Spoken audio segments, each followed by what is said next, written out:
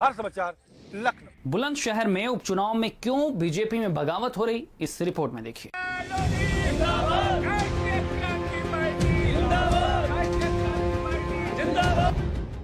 बुलंदशहर विधानसभा के उपचुनाव में भारतीय जनता पार्टी से बागी हुई 30 साल पुरानी नेता ने पार्टी के लिए मुश्किलें खड़ी कर दी हैं।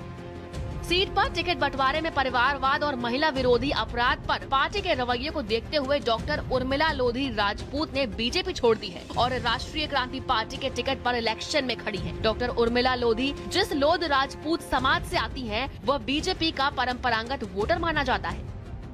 श्री राम मंदिर आंदोलन के हीरो बाबूजी कल्याण सिंह के गढ़ बुलंदशहर में एक दशक पहले तक लोधी राजपूत वोट सियासी राह को मोड़ने का मादा रखते थे। इसी बुलंदशहर की धरती से कल्याण सिंह ने 2 बार बीजेपी को ललकार कर पार्टी छोड़ी और लोधी राजपूत वोट बैंक के बलबूते पार्टी को अपनी ताकत का एहसास दिलाया था। लेकिन इस उपचुनाव में लोधी राजपूतों की अनदेखी के चलते 30 साल पुरानी नेता डॉक्टर उर्मिला लोधी राजपूत ने बीजेपी से बगावत कर दी है। डॉक्टर उर्मिला लोधी अब राष्ट्रीय क्रांति पार्टी के टिकट पर बीजेपी के सामने चुनाव मैदान में ताल ठोक रही है। बाबूजी कल्याण सिंह ने बीजेपी से अलग होकर यही राष्ट्रीय क्रांति पार्टी बनाई थी और बीजेपी को अपनी ताकत दिखाई थी।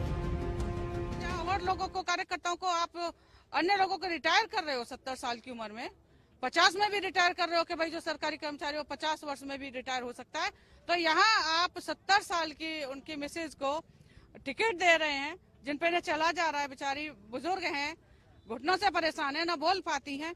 तो ऐसी क्या मजबूरी है जो आप भी उसी लाइन पर चल रहे हैं? डॉक्टर उर्मिला लोधी ने टिकट बंटवारे में परिवारवाद के हावी होने की वजह से पार्टी छोड़ी है। बीजेपी नेता वीरेंद्र सिंह सिरोही को बीजेपी बुलंदशहर सदर सीट पर बीते 1 दशक से लगातार टिकट दे रही थी। उनके निधन के बाद पार्टी ने किसी और को मौका देने के बजाय उनकी पत्नी को टिकट दिया है। सिरोही परिवार के उत्तराधिकारियों के आपस में लड़ने के बाद भी पार्टी ने परिवारवाद से हटकर किसी कार्यकर्ता को टिकट नहीं दिया।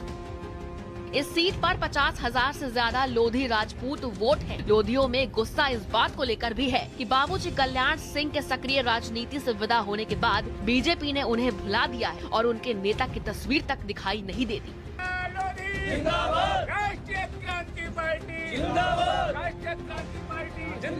सबसे मान देखो, बीजेपी में वो मान सम्मान नहीं रहा जो पहले था, है नहीं। अब तो हम बीजेपी के बंधुआ मजदूर रह गए कि जाएंगे कहाँ, ये हमारे ही रहेंगे।